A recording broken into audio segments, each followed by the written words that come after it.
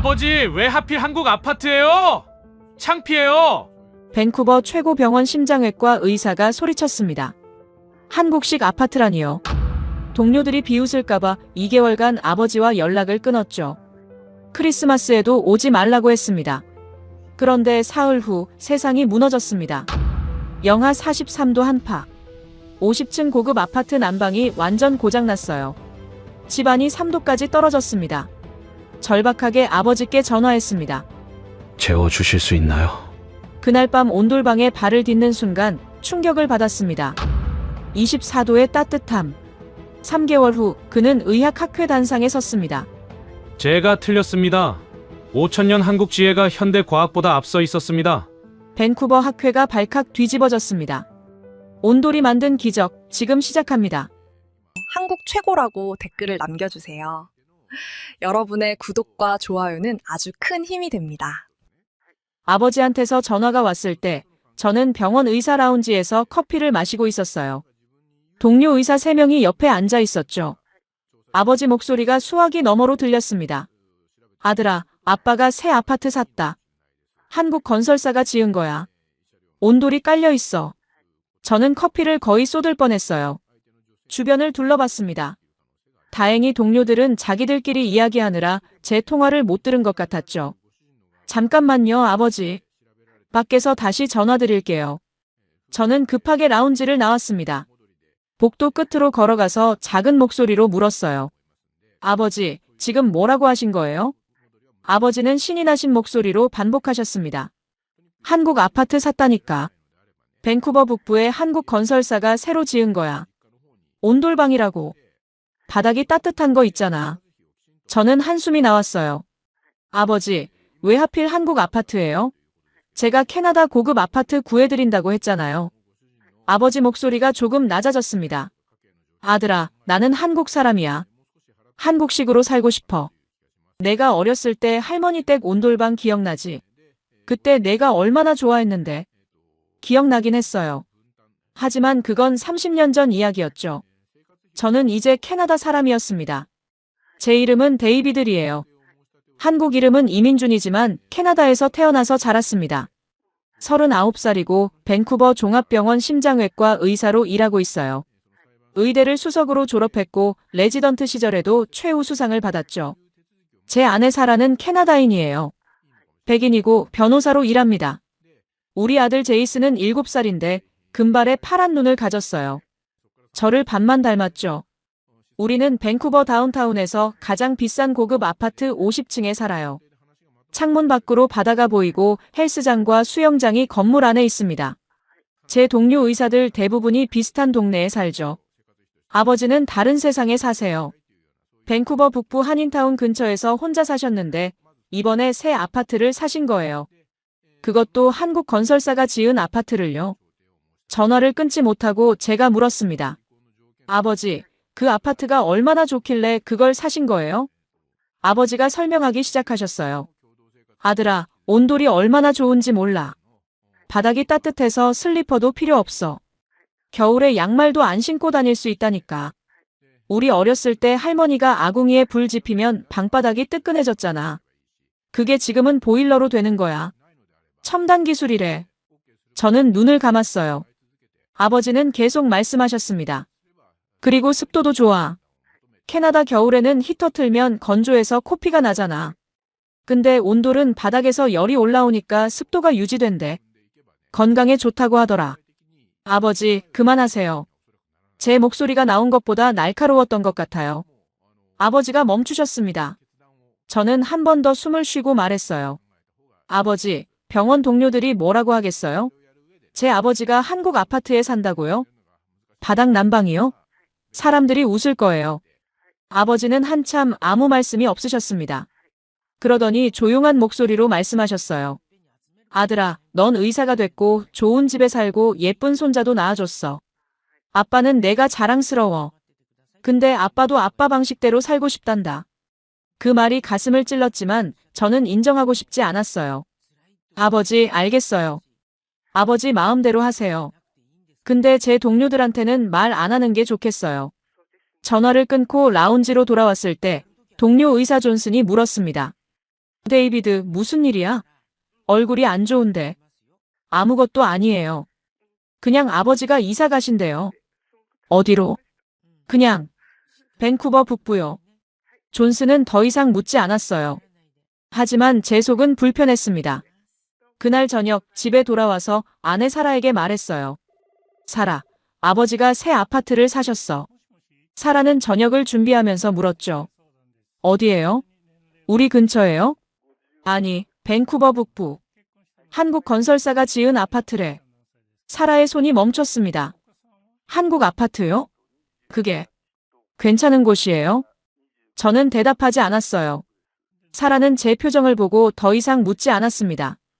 그날 밤 잠자리에 들었을 때 제이슨이 물었어요. 아빠, 할아버지 새집 가면 우리 놀러 가요? 저는 아들 머리를 쓰다듬으며 말했습니다. 응, 나중에 가자. 할아버지 정리 다 하시면. 하지만 속으로는 생각했어요. 가능하면 안 가고 싶다고. 병원 사람들이 알면 어떡하지? 제가 30년 동안 쌓아온 이미지가 무너질 것 같았습니다. 저는 캐나다 사람이에요. 한국 사람이 아니라고요. 그렇게 믿고 싶었습니다. 아버지가 새 아파트로 이사하신 지 한 달이 지났습니다. 10월이었고 밴쿠버는 벌써 쌀쌀해지기 시작했어요. 병원 의사 라운지는 점심시간마다 붐볐습니다. 의사들이 커피를 마시며 잡담을 나누는 곳이죠. 저도 거기 자주 갔어요. 그날도 평범한 점심시간이었습니다. 저는 샌드위치를 먹으며 의학 논문을 읽고 있었어요. 옆 테이블에서 존슨 박사와 밀러 박사가 이야기하고 있었죠. 존슨이 말했습니다. 이번 주말에 밴쿠버 북부 쪽 지나가는데 이상한 아파트를 봤어. 한국 건설사 간판이 붙어 있더라고. 밀러가 웃으며 대답했어요. 아, 그 바닥 난방 아파트? 나도 들었어. 21세기에 바닥을 데운다는 게 말이 돼. 저는 논문에서 눈을 떼지 않으려고 애썼습니다. 하지만 귀는 그쪽으로 쏠려 있었어요. 존슨이 계속 말했습니다. 중세시대도 아니고 요즘 누가 바닥 난방을 써? 우리 중앙난방 시스템이 얼마나 과학적인데. 온도 조절도 자동이고 효율도 좋고. 밀러가 고개를 끄덕였어요. 맞아. 동양 사람들은 뭔가 전통에 집착하는 것 같아. 발전을 안 하려고 해. 저는 샌드위치를 삼키기가 힘들었습니다. 그때 존슨이 저를 봤어요. 데이비드, 너도 한국계잖아. 그 온돌이라는 거 알아?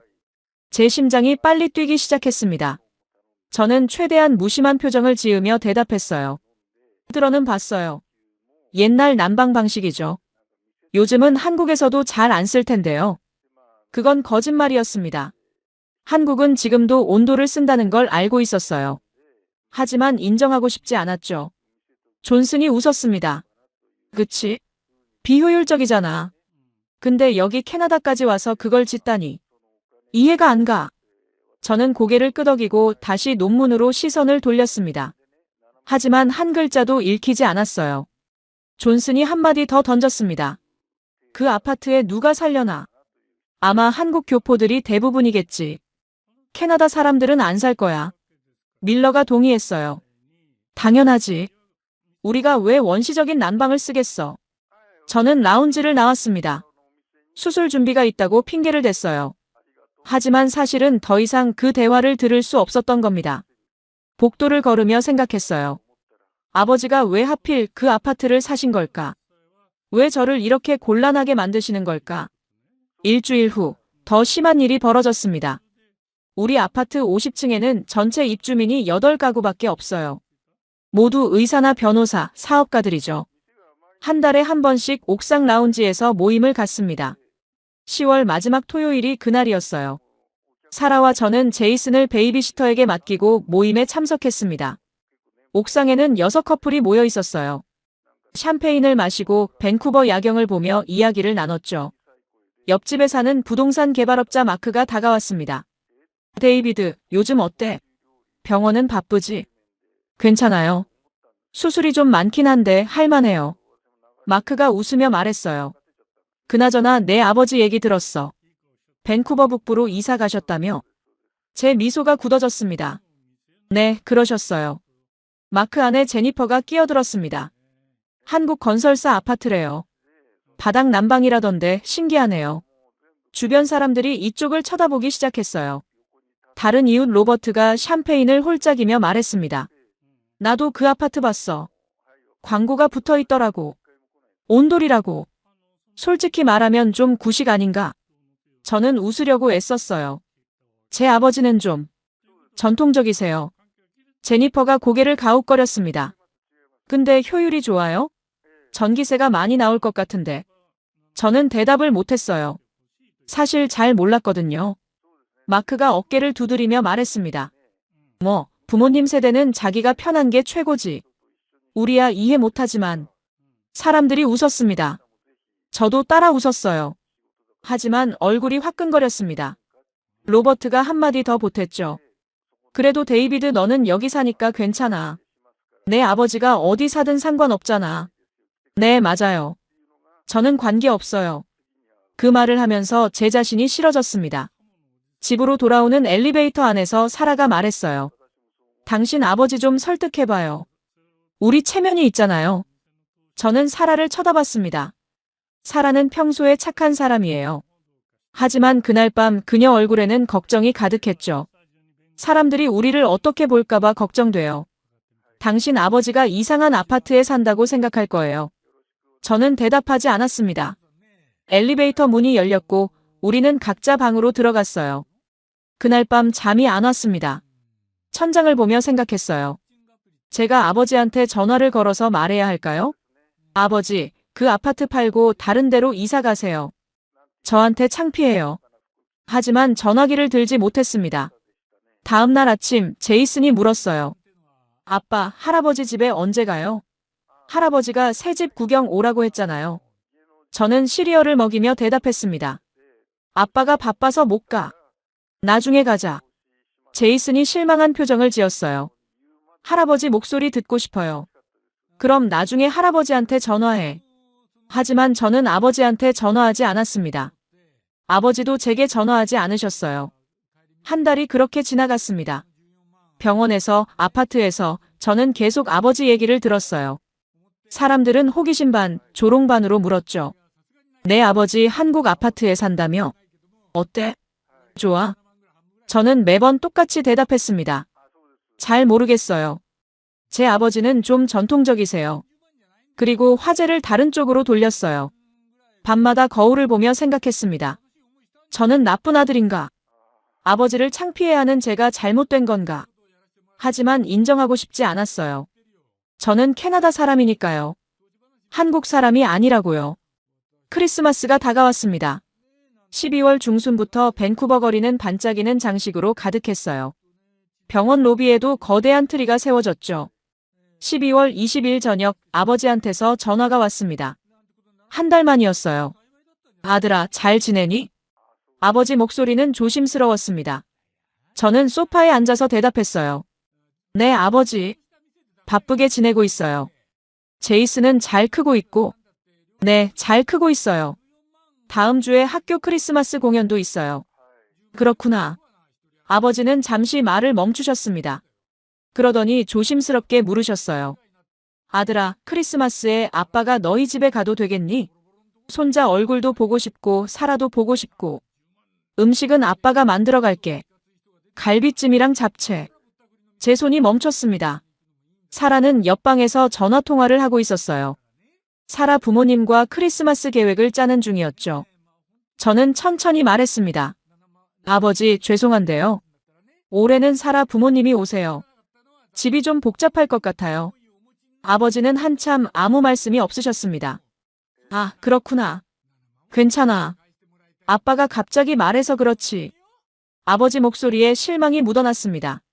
저는 얼른 덧붙였어요. 다음에 뵐게요. 새해에는 시간 내서 갈게요. 그래. 넌 바쁘니까. 아빠가 이해한다. 전화를 끊고 나서 저는 한참을 소파에 앉아 있었습니다. 가슴 한쪽이 무거웠어요. 사라가 통화를 끝내고 나왔습니다. 누구랑 통화했어요? 아버지요. 크리스마스에 오고 싶다고 하셨는데 제가 안 된다고 했어요. 사라가 고개를 끄덕였어요. 잘했어요. 우리 부모님도 오시는데 동시에 양쪽 부모님 모시기는 힘들잖아요.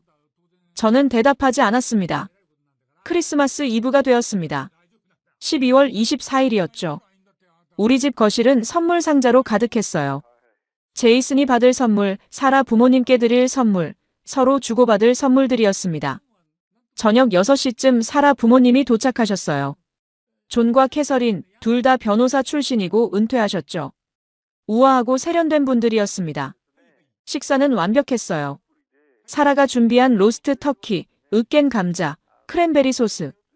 캐서린이 칭찬했죠. 사라, 너는 요리 솜씨가 정말 좋구나. 제이슨은 할아버지 할머니 무릎에 앉아 선물을 받았습니다.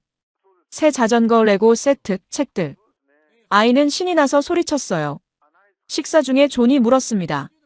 데이비드, 자네 아버지는 어떻게 지내시나? 작년 크리스마스 때 뵙고 못 뵌 것 같은데. 저는 와인을 한 모금 마셨어요. 잘 지내세요. 최근에 새 아파트로 이사 가셨어요. 그래? 어디로? 밴쿠버 북부요. 존은 더 이상 묻지 않았습니다. 하지만 제이슨이 갑자기 물었어요. 아빠, 할아버지는 왜 안 와요? 식탁이 조용해졌습니다. 사라가 저를 쳐다봤어요. 저는 제이슨 머리를 쓰다듬으며 말했습니다. 할아버지는 바쁘시대. 왜요? 할아버지도 보고 싶은데. 할아버지는 새 집으로 이사 가셔서 정리하실 게 많아. 나중에 보자. 제이슨은 입을 삐죽거렸습니다. 저는 아이의 접시에 음식을 더 담아주며 화제를 돌렸어요. 그날 밤 제이슨을 재우고 나서 사라가 물었습니다. 아버님한테 전화라도 해드려요. 크리스마스인데. 저는 고개를 저었어요. 늦었어요. 아버지 주무시고 계실 거예요. 사라는 더 이상 말하지 않았습니다. 저는 침대에 누워 천장을 봤어요. 아버지는 지금 뭐 하고 계실까? 혼자 계실까? 외롭지는 않으실까? 하지만 전화기를 들지 않았습니다. 그때 아버지는 온돌방에 혼자 앉아 계셨을 거예요. 나중에 안 일이지만요. 아버지는 작은 테이블에 혼자 저녁을 차려 드셨답니다. 김치찌개 하나, 밥 한 공기. 만들어 놓은 갈비찜은 냉장고에 그대로 있었죠. 제게 해주려고 만드신 거였어요. 아버지는 식사를 하시다가 휴대폰을 꺼내셨습니다. 제이슨 사진을 보셨죠? 작년 크리스마스에 함께 찍은 사진이었어요. 제이슨이 아버지 무릎에 앉아서 웃고 있는 사진. 아버지는 그 사진을 한참 보셨답니다. 그리고 눈물을 흘리셨어요. 72세 노인이 혼자 온돌방에 앉아서 손자 사진을 보며 우셨던 겁니다. 아버지는 휴대폰을 내려놓고 창밖을 보셨어요. 밴쿠버 북부는 조용했습니다. 옆집 캐나다인 가족들은 다들 모여서 크리스마스를 보내고 있었죠. 웃음소리와 캐럴 소리가 들렸어요. 아버지는 혼자였습니다. 아버지가 한국에서 캐나다로 이민 온 게 40년 전이었어요. 저를 위해서였죠. 더 나은 교육, 더 나은 미래를 주려고 모든 걸 포기하고 오신 겁니다. 한국에서는 중학교 교사셨어요. 하지만 캐나다에서는 자격증이 인정되지 않았죠. 아버지는 식당에서 설거지를 하시고 공장에서 일하시며 저를 키우셨습니다. 제가 의대에 합격했을 때 아버지가 우셨어요. 아들아, 아빠가 이민 온 보람이 있구나. 그런 아버지를 저는 창피해했습니다. 크리스마스 다음 날 아침 제이슨이 선물을 뜯으며 물었어요. 아빠, 할아버지한테 전화할 수 있어요? 저는 커피를 마시며 대답했습니다. 조금 이따가 하자. 지금은 할아버지 주무시고 계실 거야. 하지만 전화하지 않았어요. 아버지도 제게 전화하지 않으셨습니다. 우리는 서로에게서 멀어지고 있었습니다. 크리스마스가 지나고 다음 날 아침이었습니다. 12월 26일이죠. 저는 평소보다 늦게 일어났어요. 병원이 휴일이라 여유가 있었거든요. 침실 창문을 열었는데 깜짝 놀랐습니다. 바깥이 하였어요. 눈이 아니라 안개였죠. 아니, 안개보다 더 이상한 거였습니다. 공기가 마치 얼어붙은 것처럼 뿌옇게 보였어요. 사라가 뒤에서 말했습니다. 저것 봐요. 뉴스에서 한파 온다고 했잖아요. 저는 휴대폰으로 날씨를 확인했어요. 화면에 빨간 경고가 떠 있었습니다. 극한 한파 경보. 현재 기온 영하 43도. 밴쿠버 120년 기상 관측 이래 최저 기온. 외출 자제 바랍니다. 노약자와 어린이는 특히 주의하십시오. 영하 43도라니. 밴쿠버에서 이런 추위는 처음이었어요. 거실로 나가니 제이슨이 창문에 코를 붙이고 밖을 보고 있었습니다. 아빠, 저기 봐요. 차들이 안 움직여요. 정말 그랬어요. 주차장에 있는 차들이 시동이 안 걸리는 것 같았죠. 한 남자가 차 앞에서 뭔가 하고 있었지만 소용없어 보였습니다. 사라가 커피를 마시며 말했어요. 오늘은 집에만 있어야겠네요. 다행히 우리 난방은 잘 되고 있으니까. 그 말을 한 지 30분도 안 돼서였습니다. 갑자기 쿵 하는 소리가 들렸어요. 건물 어딘가에서 났죠. 그리고 난방에서 나오던 웅웅거리는 소리가 멈췄습니다. 저는 벽에 손을 댔어요. 난방 파이프가 따뜻하지 않았습니다. 이상한데. 사라도 알아챘습니다. 난방이 꺼진 것 같은데요. 현관벨이 울렸어요. 문을 열자 건물 관리인이 서 있었습니다. 얼굴이 창백했어요.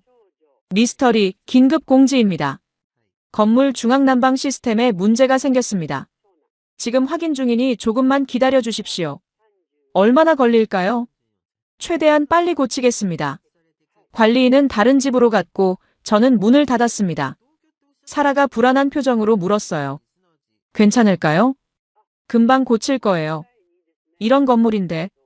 하지만 제 목소리는 확신이 없었습니다. 1시간이 지났습니다. 실내 온도가 내려가는 게 느껴졌어요. 평소에는 22도를 유지했는데 온도계를 보니 18도였습니다. 제이슨이 스웨터를 입으며 말했어요. 아빠, 추워요. 저는 아들에게 담요를 가져다 줬습니다. 괜찮아. 금방 고쳐질 거야. 정오가 되자 건물 전체 방송이 나왔습니다. 스피커에서 관리소장 목소리가 들렸어요. 입주민 여러분께 알려드립니다. 중앙난방 보일러실에서 심각한 고장이 발생했습니다. 한파로 인해 배관 일부가 파열됐고 메인 보일러가 작동을 멈췄습니다. 현재 수리업체를 불렀으나 이 한파로 인해 출동이 지연되고 있습니다. 최대한 빨리 복구하도록 하겠습니다. 방송이 끝나고 사라가 말했습니다. 이거 큰일인데요. 저는 온도계를 다시 봤어요. 15도. 3시간 만에 7도가 떨어진 겁니다. 오후 3시쯤 관리인이 다시 왔습니다. 이번엔 표정이 더 안 좋았어요. 미스터리, 솔직히 말씀드리겠습니다. 보일러 메인 부품이 완전히 파손됐습니다. 교체가 필요한데 이 부품은 미국 시애틀에서 공수해야 합니다. 얼마나 걸립니까? 한파 때문에 도로 상황이 안 좋습니다. 빨라도 일주일, 길면 10일 걸릴 것 같습니다. 10일이요? 제 목소리가 높아졌어요. 관리인이 손을 들어 올렸습니다. 저희도 최선을 다하고 있습니다. 임시 전기 히터를 나눠드리겠습니다. 하지만 이 건물은 50층이고 600세대라 히터만으로는 역부족입니다. 그럼 우리 보고 어떡하라는 겁니까? 친척이나 친구 집으로 피난 가시는 걸 권해드립니다. 아니면 호텔이라도요. 관리인이 가고 사라가 말했습니다. 호텔 알아볼까요? 저는 휴대폰으로 호텔을 검색했어요. 밴쿠버 시내 모든 호텔에 전화를 걸었습니다. 대답은 똑같았죠. 죄송합니다. 한파 때문에 모든 객실이 만실입니다. 5군데, 10군데, 20군데 모두 만실이었어요. 그날 저녁이 되자 실내 온도는 10도까지 떨어졌습니다. 우리는 두꺼운 옷을 입고 거실에 모여 앉았어요. 제이슨은 담요 3장을 뒤집어 쓰고 있었죠. 복도에서 소음이 들렸습니다. 이웃들이 짐을 싸서 나가는 소리였어요. 친척 집이나 친구 집으로 가는 거겠죠. 사라가 물었어요. 우리도 어디 갈 데 없어요? 저는 고개를 저었습니다. 사라 부모님은 지금 플로리다에 가셨어요. 겨울 휴가로요. 제 친구들도 대부분 가족이 있어서 우리까지 받기 어려울 겁니다. 다음 날 아침 12월 27일이었어요. 일어나니 입에서 입김이 나왔습니다. 온도계를 봤어요. 5도. 제이슨이 기침을 시작했습니다. 캑캑거리는 소리가 작은 방에 울렸어요. 제이슨아, 괜찮아? 아이가 고개를 끄덕였지만 얼굴이 빨갛게 상기돼 있었습니다. 저는 의사라서 알았어요.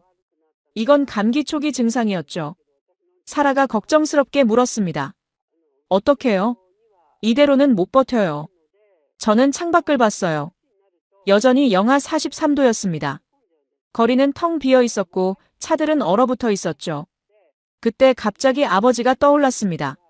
아버지 아파트. 온돌이 깔린 그곳. 하지만 저는 입 밖으로 꺼내지 못했어요. 2달 동안 무시하고 창피해했던 그 아파트에 지금 가서 도와달라고 할 수는 없었습니다. 자존심이 허락하지 않았어요. 제이슨이 다시 기침을 했습니다. 이번엔 더 심하게요.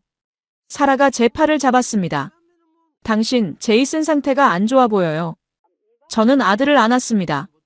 아이 몸이 차가웠어요. 그날 밤은 더 추웠습니다. 우리는 침실 하나에 모여서 잤어요. 침낭과 담요를 여러 겹 덮었지만 추위는 뼛속까지 파고들었습니다. 새벽 3시쯤 제이슨이 울기 시작했어요. 아빠, 너무 추워요. 집에 가고 싶어요. 여기가 우리 집이야. 하지만 제이슨은 계속 울었습니다. 7살 아이가 추위에 떨며 우는 모습을 보는 건 견딜 수 없었어요. 저는 사라를 봤습니다. 사라도 저를 봤죠. 그녀가 조용히 말했습니다. 아버님한테 전화해봐요. 12월 28일 아침이었습니다. 사흘째 난방 없이 지낸 날이죠. 제이슨이 침대에서 일어나지 못했어요. 얼굴이 새빨갰고 이마에서 열기가 느껴졌습니다. 저는 체온계를 가져왔어요. 제이슨 겨드랑이에 끼우고 기다렸죠. 삐소리가 났습니다. 38.7도. 사라가 제 어깨 너머로 봤어요. 얼마예요? 38.7도. 열이 많이 올랐어요. 저는 의사지만 지금은 무기력했습니다. 해열제를 먹일 수는 있지만 근본적인 문제는 추위였어요. 이 상태로는 제이슨이 나을 수 없었죠. 제이슨이 기침을 했습니다. 캑캑거리는 소리가 더 심해졌어요. 아이 입술이 파랗게 질려 있었습니다. 엄마, 목이 아파요. 사라가 아들을 안으며 눈물을 글썽였어요. 괜찮아, 제이슨. 엄마가 따뜻한 물 가져올게. 하지만 따뜻한 물도 금방 식었습니다. 실내 온도가 3도밖에 안 됐거든요. 저는 창밖을 봤어요. 여전히 영하 43도였습니다. 뉴스에서는 한파가 일주일은 더 갈 거라고 했죠. 복도에서 구급차 사이렌 소리가 들렸습니다. 옆층 노인이 저체온증으로 쓰러졌다는 소문이 돌았어요. 정오쯤 제이슨 열이 39도를 넘었습니다. 사라가 울먹이며 말했어요. 병원에 데려가야 하는 거 아니에요? 저는 고개를 저었습니다. 병원도 지금 한파 환자로 포화 상태예요. 게다가 이 추위에 아이를 데리고 나갈 수도 없어요. 차도 시동이 안 걸려요. 그럼 어떡해요? 저는 대답하지 못했습니다. 오후가 되자 제이슨이 헛소리를 하기 시작했어요. 아빠, 할아버지 어디 갔어요? 할아버지 집 따뜻했는데. 제 가슴이 철렁했습니다. 제이슨이 계속 중얼거렸어요. 할아버지 바닥 따뜻했어. 할아버지 집 가고 싶어. 그 말을 들으니 3년 전 일이 떠올랐습니다. 제이슨이 4살 때였어요. 크리스마스에 아버지 집에 갔었죠. 그때 아버지는 한인타운 작은 아파트에 사셨어요. 온돌이 깔려 있었습니다. 제이슨이 신발을 벗고 바닥을 밟더니 깔깔 웃었어요. 할아버지, 바닥이 따뜻해요. 아버지가 손자를 안아 올리며 웃으셨죠. 그래, 이게 한국 온돌이란다. 할아버지가 어렸을 때도 이렇게 따뜻한 방에서 잤어. 제이슨은 그날 하루 종일 맨발로 할아버지 집을 돌아다녔어요. 바닥에 배를 깔고 그림을 그리고 바닥에 누워서 텔레비전을 봤죠. 집에 돌아오는 차 안에서 제이슨이 말했었어요. 아빠, 할아버지 집이 좋아요. 바닥이 따뜻해서. 그게 마지막이었습니다. 그 후로 아버지 집에 간 적이 없었어요. 저녁이 되자 사라가 제 손을 잡았습니다. 그녀 손이 얼음장처럼 차갑게 느껴졌어요. 당신, 솔직히 말해요. 제이슨 괜찮을까요? 저는 의사로서 알고 있었습니다. 이 상태가 계속되면 제이슨은 폐렴으로 갈 수 있다는 걸요. 7살 아이가 3도 실내에서 고열에 시달리면 위험했죠. 사라가 눈물을 흘렸어요. 제발 다른 방법을 찾아봐요. 호텔도 친구 집도 안 되면 아버님한테라도 전화해봐요. 아버지한테요? 네. 아버님, 아파트가 따뜻하다고 하셨잖아요. 그 온돌이요. 저는 입술을 깨물었습니다. 2달 동안 아버지를 무시했어요. 한국 아파트에 산다고 창피해했죠. 동료들 앞에서 아버지를 부정했고 크리스마스에도 오지 말라고 했습니다. 그런 제가 지금 가서 도와달라고 할 수 있을까요? 하지만 제이슨이 다시 기침을 했습니다. 아이 얼굴이 너무 빨갰어요. 사라가 제 팔을 잡았습니다. 자존심 버려요. 제이슨이 중요해요. 그 말이 제 마지막 방어선을 무너뜨렸습니다. 저는 떨리는 손으로 휴대폰을 꺼냈어요. 아버지 전화번호를 찾았습니다. 2달 동안 한 번도 누르지 않았던 번호였죠. 손가락이 화면 위에서 멈췄습니다. 사라가 조용히 말했어요. 괜찮아요. 아버님은 이해하실 거예요. 저는 눈을 감았습니다. 그리고 통화 버튼을 눌렀어요. 신호음이 울렸습니다. 한 번, 두 번, 세 번. 아버지가 받으셨습니다. 여보세요? 목소리가 놀란 것 같았어요. 2달 만에 처음 걸려온 전화니까요. 저는 입이 마르는 걸 느꼈습니다. 아버지, 저예요. 아들아, 무슨 일이니? 아버지 목소리에는 걱정이 묻어났습니다. 화가 아니라 걱정이었어요. 저는 한참을 말을 못했습니다. 그러다가 겨우 입을 열었어요. 아버지, 제이슨이 아파요. 우리 아파트 난방이 고장났어요. 지금 3도밖에 안 돼요. 제이슨 열이 39도예요. 뭐? 아버지 목소리가 높아졌습니다. 저는 계속 말했어요. 호텔도 다 만실이고 갈 데가 없어요. 아버지, 우리 좀 재워주실 수 있나요? 말을 끝내기도 전에 아버지가 대답하셨습니다. 당장 와. 주소 보낼게. 조심히 와. 전화를 끊고 저는 한참을 서 있었습니다. 사라가 어깨에 손을 올렸어요. 잘했어요. 하지만 저는 잘한 게 아니라 너무 늦었다는 생각이 들었습니다. 30분 후 우리는 짐을 쌌어요. 옷 몇 벌, 제이슨 약, 필수품들이었죠. 제이슨을 담요로 꽁꽁 싸서 안았습니다. 아이가 중얼거렸어요. 할아버지 집 가요? 응, 할아버지 집 간다. 아이가 미소를 지었습니다. 좋아요. 차에 시동을 거는데 10분이 걸렸어요. 엔진이 얼어붙어서 계속 시동이 꺼졌죠. 마침내 시동이 걸렸고 우리는 밴쿠버 북부를 향해 출발했습니다. 히터를 최대로 틀었지만 차 안도 추웠어요. 30분을 달렸습니다. 도로는 텅 비어 있었고 가로등만 밝게 빛나고 있었죠. 아버지 아파트 단지가 보였습니다. 한국 건설사 간판이 붙어 있었어요. 주차장에 차를 세우고 내렸습니다. 영하 43도 바람이 얼굴을 때렸어요. 제이슨을 안고 건물로 뛰어갔습니다. 사라가 뒤따라왔죠. 엘리베이터를 타고 5층으로 올라갔어요. 복도를 따라 걸었습니다. 505호. 아버지 집이었어요. 초인종을 누르기도 전에 문이 열렸습니다. 아버지가 서 계셨어요. 아버지가 문을 활짝 여셨습니다. 들어와, 빨리. 아버지는 반팔 티셔츠를 입고 계셨어요. 맨발이었죠. 영하 43도 밖인데 말입니다. 저는 제이슨을 안고 안으로 들어갔습니다. 그 순간 느꼈어요. 따뜻함을. 현관에서부터 온기가 느껴졌습니다. 사라가 뒤따라 들어오며 깜짝 놀란 표정을 지었어요. 어머, 따뜻해요. 아버지가 재빨리 문을 닫으셨습니다. 얼른 신발 벗고 들어와. 바닥이 따뜻하니까. 저는 신발을 벗었어요. 양말 신은 발이 바닥에 닿는 순간 충격을 받았습니다. 따뜻했어요. 아니, 따뜻한 정도가 아니라 마치 누군가 따뜻한 손으로 발바닥을 감싸주는 느낌이었죠. 사라도 신발을 벗었습니다. 그녀가 작은 비명을 질렀어요. 세상에, 바닥이 이렇게 따뜻해요? 아버지가 제이슨을 보셨습니다. 손자 이마를 짚어보시더니 얼굴이 굳어졌어요. 열이 많이 올랐구나.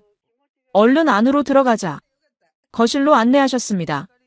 거실 바닥도 똑같이 따뜻했어요. 벽에 걸린 온도계를 봤습니다. 24도. 저는 깜짝 놀랐어요. 우리 집은 3도인데 여기는 24도였습니다. 아버지가 소파를 가리키셨습니다.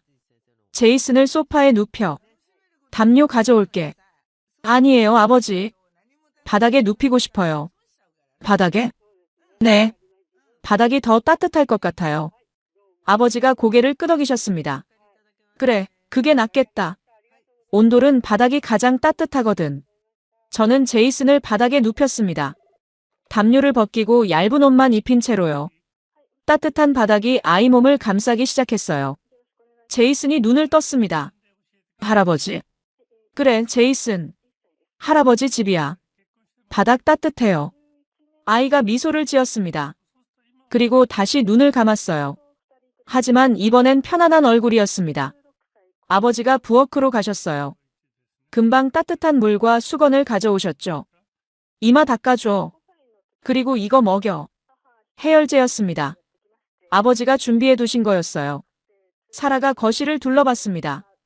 그녀는 여전히 놀란 표정이었어요. 아버님, 여기 정말 따뜻하네요. 난방을 얼마나 높이신 거예요? 아버지가 웃으셨습니다. 온도는 24도야. 온돌이라서 그래. 바닥에서 열이 올라오니까 몸 전체가 따뜻해지거든. 저는 바닥에 손을 댔습니다. 정말 신기했어요. 뜨겁지 않은데 계속 따뜻함이 느껴졌죠. 아버지가 설명하기 시작하셨어요. 바닥 아래에 파이프가 깔려 있어. 그 파이프로 따뜻한 물이 흐르는 거야. 물이 바닥 전체를 데우는 거지. 불을 안 쓰니까 안전하고 물로 데우니까 습도도 유지돼. 저는 벽에 걸린 습도계를 봤습니다. 45%. 우리 집은 난방이 고장나기 전에도 20%였어요. 사라가 바닥에 앉았습니다. 그녀가 감탄하며 말했어요. 이게 한국 난방이에요? 너무 편해요. 왜 진작 몰랐을까요? 아버지가 저를 보셨습니다. 아무 말씀도 하지 않으셨지만 저는 그 눈빛이 무슨 뜻인지 알았어요. 아버지는 부엌으로 가셨어요. 금방 따뜻한 죽을 가져오셨습니다. 제이슨 깨워서 이거 먹여. 몸이 따뜻해야 열도 떨어진다. 저는 제이슨을 깨웠어요. 아이가 죽을 한 숟갈 먹고 다시 바닥에 누웠습니다. 그날 밤 우리는 아버지 집 거실에서 잤어요. 침대가 아니라 바닥에서요. 처음에는 이상했습니다. 하지만 누우니까 알겠더라고요. 따뜻한 바닥이 등을 감싸주는 느낌이었어요. 제이슨은 제 옆에 누워서 평화롭게 잠들었습니다. 사라는 반대편에서 담요 하나만 덮고 잤죠. 저는 잠이 안 왔습니다. 천장을 보며 생각했어요. 어린 시절이 떠올랐습니다. 30년 전 저는 6살이었어요. 아버지와 단둘이 캐나다에 막 왔을 때였죠. 그때 우리는 한인타운 지하 3방에서 살았습니다. 방 하나, 화장실 하나. 창문도 제대로 없었어요. 겨울이 되면 너무 추웠죠. 아버지는 전기장판을 사오셨습니다. 하나밖에 없어서 아버지는 저한테 주시고 본인은 담요만 덮고 주무셨어요. 어느 날 밤 제가 잠에서 깼습니다. 아버지가 추워서 떨고 계셨어요. 저는 전기장판을 아버지 쪽으로 밀었죠. 아버지가 눈을 뜨셨습니다. 아들아, 넌 왜 안 자? 아빠 추워요. 같이 자요. 아버지가 저를 안아주셨어요. 그날 밤 우리는 하나뿐인 전기장판에서 함께 잤습니다. 다음 날 아버지가 공장 야근을 더 하셨어요. 한 달 후 전기장판을 하나 더 사오셨죠. 이제 민준이도 따뜻하게 잘 수 있겠다. 아버지가 웃으셨지만 눈가에 다크서클이 짙었습니다. 저는 그 기억을 잊고 살았어요. 아니, 잊으려고 했던 거죠. 새벽 6시쯤 제이슨이 깼습니다. 저도 눈을 떴어요. 제이슨이 제 얼굴을 만지며 말했습니다.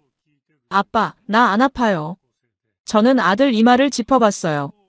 열이 내렸습니다. 체온계로 재보니 37.2도. 정상이었어요. 하룻밤 만에 열이 떨어진 겁니다. 저는 의사였지만 믿기지 않았어요. 약도 약이지만 온도와 습도가 이렇게 중요한 거였습니다. 아버지가 부엌에서 나오셨어요. 일찍 일어나셨나 봐요. 제이슨 열 떨어졌니? 네, 아버지. 정상이에요. 아버지가 손자를 안아 올리셨습니다. 다행이다. 할아버지 집에서 푹 쉬렴. 제이슨이 웃으며 말했어요. 할아버지, 바닥 너무 좋아요. 우리 집도 이렇게 해주면 안 돼요? 아버지가 저를 보셨습니다. 저는 고개를 돌렸어요. 그날 하루, 우리는 아버지 집에서 보냈습니다. 제이슨은 바닥에서 그림을 그리고 장난감을 가지고 놀았어요. 맨발로 온 집을 돌아다녔죠. 사라는 아버지와 부엌에서 요리를 했습니다. 그녀가 말했어요. 아버님, 여기 정말 쾌적해요. 습도도 딱 좋고 공기도 안 건조해요. 그럼. 온돌의 장점이지. 관절에도 좋아. 허리 아픈 사람들이 온돌방에서 자면 좋아진대. 저는 거실에 앉아서 의학 논문을 검색했습니다. 온돌에 대한 연구 논문들이 나왔어요. 캐나다 토론토 대학 연구. 바닥 난방은 관절염 환자의 통증을 40% 감소시킨다. 미국 하버드 의대 연구. 적정 습도 유지는 호흡기 질환을 30% 예방한다. 한국 서울대 연구. 온돌 난방은 에너지 효율이 중앙난방보다 35% 높다. 저는 화면을 멍하니 바라봤습니다. 과학적으로 증명이 됐어요. 온돌이 더 효율적이고 더 건강에 좋다는 게요. 제가 2달 동안 조롱하고 무시했던 그 난방이요. 저녁이 되었습니다. 아버지가 저녁을 차려주셨어요. 김치찌개, 잡채, 불고기. 크리스마스에 우리한테 해주려던 음식들이었습니다. 식탁에 앉아서 밥을 먹었어요. 제이슨이 할아버지 옆에 딱 붙어 앉았죠. 할아버지, 나 여기서 계속 살면 안 돼요? 아버지가 웃으셨습니다. 그럼 할아버지 혼자 어떻게? 같이 살아요. 아버지가 제이슨 머리를 쓰다듬으셨어요. 하지만 아무 말씀 안 하셨습니다. 12월 31일 아침이 되었습니다. 3일을 아버지 집에서 보낸 거예요. 뉴스에서 우리 아파트 난방이 복구됐다고 연락이 왔습니다. 집으로 돌아가야 했어요. 짐을 싸면서 사라가 말했습니다. 여기 정말 좋았어요. 집으로 돌아가기 싫네요. 저도 그랬습니다. 1월 1일 새벽이었습니다. 새해 첫날이죠. 저는 잠에서 깼어요. 습관적으로 일찍 일어나는 편이거든요. 제이슨과 사라는 여전히 자고 있었습니다. 거실은 조용했어요. 바닥의 온기가 발바닥에 느껴졌습니다. 익숙해진 느낌이었죠. 부엌에서 소리가 들렸습니다. 도마에 칼질하는 소리, 물 끓는 소리. 저는 조용히 부엌으로 갔어요. 아버지가 계셨습니다. 맨발로 서서 음식을 준비하고 계셨어요. 파를 썰고 국물을 끓이고 뭔가를 묻히고 계셨죠. 아버지 등이 보였습니다. 조금 굽어 있었어요. 72세니까 당연하겠죠. 하지만 제 기억 속 아버지는 늘 곧게 서 계셨는데 아버지가 허밍을 하셨어요. 옛날 한국 가요였습니다. 아버지가 제가 어렸을 때 자주 불러주시던 노래였어요. 갑자기 기억이 쏟아졌습니다. 30년 전 저는 7살이었어요. 캐나다에 온 지 1년 된 때였죠. 크리스마스 방학에 아버지가 저를 데리고 한국에 갔었어요. 할머니를 뵈러요. 할머니는 시골 한옥에 사셨습니다. 온돌방이었죠. 처음 도착했을 때가 겨울이었어요. 눈이 쌓여 있었고 밖은 무척 추웠습니다. 하지만 할머니 방에 들어가니 따뜻했어요. 민준아, 신발 벗고 들어와. 바닥이 따뜻하단다. 할머니가 웃으시며 말씀하셨죠. 저는 신발을 벗고 방에 들어갔어요. 발바닥이 따뜻해서 깜짝 놀랐습니다. 할머니가 설명해 주셨어요. 이게 온돌이야. 우리 조상들이 수천 년 동안 써온 난방이란다. 불을 떼면 그 열기가 바닥을 데우는 거지. 저는 신기해서 하루 종일 맨발로 다녔어요. 바닥에 누워서 놀고 바닥에 앉아서 밥을 먹었죠. 새벽에 할머니가 부엌에서 아침을 준비하셨어요. 맨발로 서서 된장찌개를 끓이고 김치를 무치고 밥을 지으셨죠. 제가 일어나서 부엌으로 갔을 때 할머니가 웃으셨습니다. 민준이 벌써 일어났네. 할머니랑 밥 먹을래? 그 기억이 지금 이 순간과 겹쳤어요. 아버지가 맨발로 부엌에 서서 음식을 준비하는 모습. 할머니와 똑같았습니다. 제 눈에서 눈물이 흘렀어요. 저는 그걸 다 잊고 살았습니다. 아니, 지우려고 했던 거죠. 한국인으로 사는 게 창피했으니까요. 하지만 지금 깨달았어요. 제가 버린 게 뭔지요. 가족이었습니다. 뿌리였어요. 그리고 사랑이었죠. 아버지가 제 기척을 느끼고 돌아보셨습니다. 민준아. 벌써 일어났니? 민준. 아버지가 제 한국 이름을 부르신 건 10년 만이었어요. 저는 늘 데이비드라고 불러달라고 했었거든요. 네, 아버지. 저는 부엌으로 들어갔습니다. 아버지 앞에 섰어요. 아버지, 말씀드릴 게 있어요. 그래, 뭔데? 저는 한참을 말을 못했습니다. 그러다가 천천히 무릎을 꿇었어요. 아버지가 깜짝 놀라셨습니다. 아니, 너 뭐 하는 거야? 아버지, 죄송합니다. 제 목소리가 떨렸어요. 제가 틀렸습니다. 2달 동안 아버지를 무시했어요. 한국 아파트에 산다고 창피해했어요. 동료들 앞에서 아버지를 부정했고 크리스마스에도 오지 말라고 했죠. 민준아, 일어나. 저는 계속 말했습니다. 제가 버린 게 뭔지 이제 알겠어요. 제 뿌리였어요. 제 가족이었고요.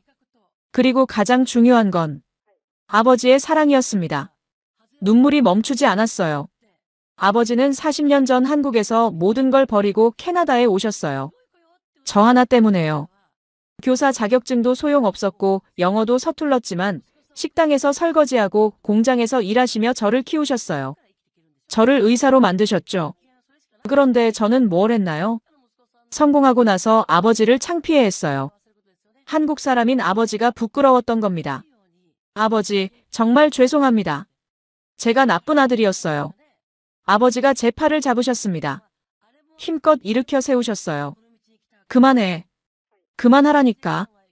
아버지 눈에도 눈물이 고여 있었습니다. 아버지가 제 어깨를 잡으셨어요. 민준아, 아빠는 화 안 났어. 한 번도 화 난 적 없어. 하지만 저는 아버지가 제 말을 끊으셨습니다. 넌 캐나다에서 태어나고 자랐어. 친구들도 다 캐나다 애들이고 내가 캐나다 사람처럼 살고 싶은 거 아빠는 이해해. 그게 자연스러운 거야. 저는 고개를 저었어요. 아니에요. 그게 핑계가 될 수 없어요. 아버지가 제 얼굴을 들여다보셨습니다. 민준아, 아빠가 제일 바랐던 게 뭔지 알아? 내가 이 나라에서 성공하는 거였어. 차별받지 않고 당당하게 사는 거였지. 그래서 아빠는 내가 데이비드라고 불러달라고 할 때도 그냥 그렇게 불렀어. 내가 한국인인 거 숨기려고 할 때도 이해했어. 아버지, 아빠는 내가 행복하면 그걸로 됐어. 그 말에 제 마음이 무너졌습니다. 하지만 아버지 목소리가 조금 떨렸어요. 그래도 솔직히 말하면 가끔은 외로웠어. 아들이 아빠를 멀리하는 것 같아서. 손자 얼굴도 보고 싶었는데 볼 수 없어서. 제가 아버지를 껴안았습니다. 아버지도 저를 꼭 안아주셨어요. 우리는 한참을 그렇게 서 있었습니다. 아버지가 제 등을 두드리며 말씀하셨어요. 괜찮아. 이제 내가 돌아왔잖아. 그게 아빠한테는 제일 큰 선물이야. 저는 아버지 어깨에 얼굴을 묻었습니다. 30년 만에 처음으로 아버지 품에서 울었어요. 그때 작은 목소리가 들렸습니다. 할아버지, 아빠 뭐해요? 제이슨이었어요. 아이가 잠에서 깨서 우리를 보고 있었죠. 아버지가 손자를 보고 웃으셨습니다. 제이슨아, 일어났구나. 제이슨이 우리에게 달려왔어요. 할아버지 다리를 꼭 껴안았죠. 할아버지, 나 할아버지 집 너무 좋아요. 매일 올래요. 아버지가 손자를 안아 올리셨습니다. 그럼 자주 오렴. 할아버지 집은 제이슨 집이기도 하니까. 제이슨이 저를 봤어요. 아빠, 우리 할아버지 집 자주 와도 돼요? 저는 눈물을 닦으며 대답했습니다. 응. 매주 올 거야. 진짜요? 진짜야. 약속해. 사라도 일어나서 부엌으로 왔어요. 우리 셋을 보더니 미소를 지었습니다. 아버지가 말씀하셨어요. 자, 이제 아침 먹자. 오늘은 새해 첫날이니까 떡국을 끓였어. 우리는 식탁에 둘러앉았습니다. 아버지가 따뜻한 떡국을 떠서 우리 그릇에 담아주셨어요. 제이슨이 떡국을 한 입 먹고 말했어요. 할아버지, 이거 맛있어요. 그래. 할아버지가 새해마다 만드는 거란다. 사라가 물었습니다. 아버님, 떡국 먹으면 뭐가 좋아요? 아버지가 웃으셨어요. 떡국 먹으면 한 살 더 먹는 거야. 그리고 가족이 함께 건강하게 살라는 의미도 있지. 저는 떡국을 먹으며 생각했습니다. 이제 알겠어요. 제가 캐나다 사람인 건 맞아요. 하지만 저는 한국 사람이기도 하다는 걸요. 그 둘이 서로 모순되지 않는다는 걸요. 아버지가 저를 보고 미소를 지으셨습니다. 저도 미소로 답했어요. 창밖으로 햇살이 들어왔습니다. 새해 첫날 아침이었어요. 우리 가족은 온돌방에서 함께 떡국을 먹었습니다. 챕터 8 온돌이 캐나다를 바꾸다 수정본. 1월 2일, 저는 병원으로 복귀했습니다. 의사 라운지에 들어갔을 때 존슨 박사가 다가왔어요. 데이비드, 한파 어떻게 넘겼어? 저는 대답했습니다. 아버지 집에 갔었어요. 그 한국 아파트요. 존슨이 눈을 크게 떴어요. 어땠어? 완벽했어요. 24도로 계속 유지됐고 제이슨 고열이 하룻밤 만에 나았어요. 정말? 바닥 난방으로? 네. 저도 놀랐어요. 그래서 연구 논문들을 찾아봤는데 과학적으로 다 증명된 내용이더라고요. 저는 그날부터 연구를 시작했어요.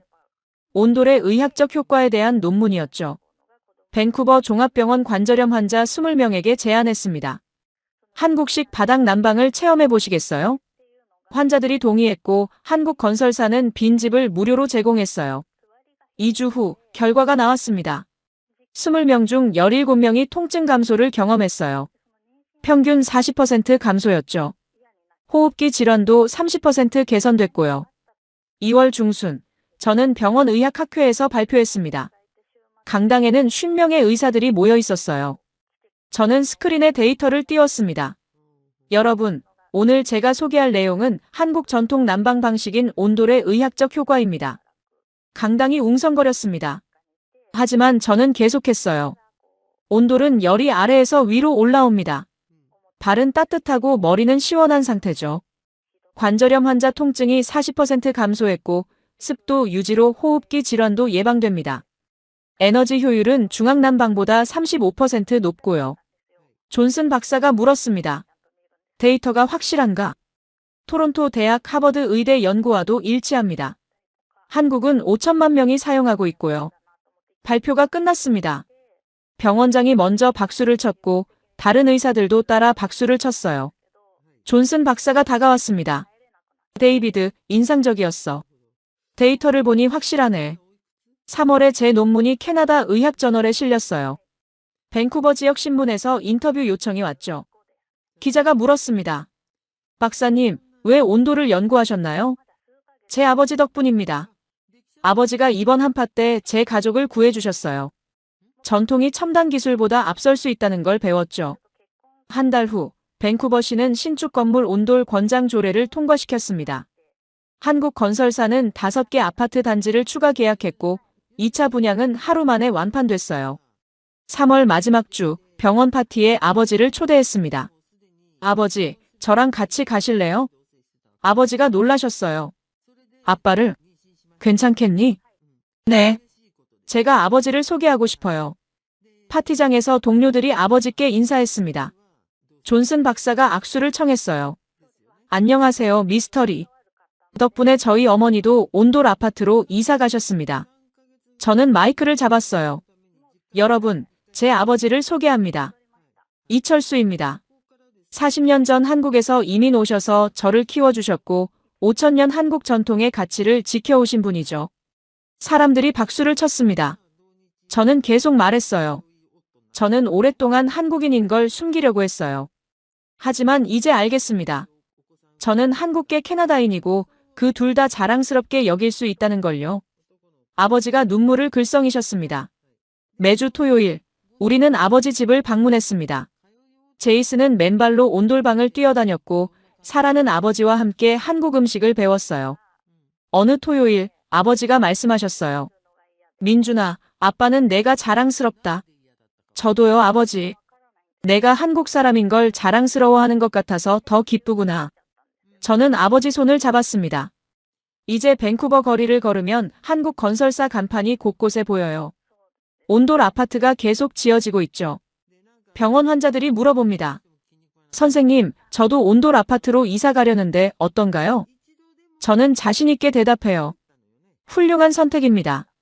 관절에도 좋고 호흡기에도 좋고 무엇보다 따뜻합니다. 제 휴대폰 배경화면은 이제 바뀌었어요. 아버지와 제이슨이 온돌방에서 함께 웃고 있는 사진이죠. 저는 이제 압니다. 제가 누구인지요. 저는 이민준이자 데이비드리예요. 한국계 캐나다인이고 그 둘 다 자랑스럽습니다. 그리고 무엇보다 저는 이철수의 아들입니다.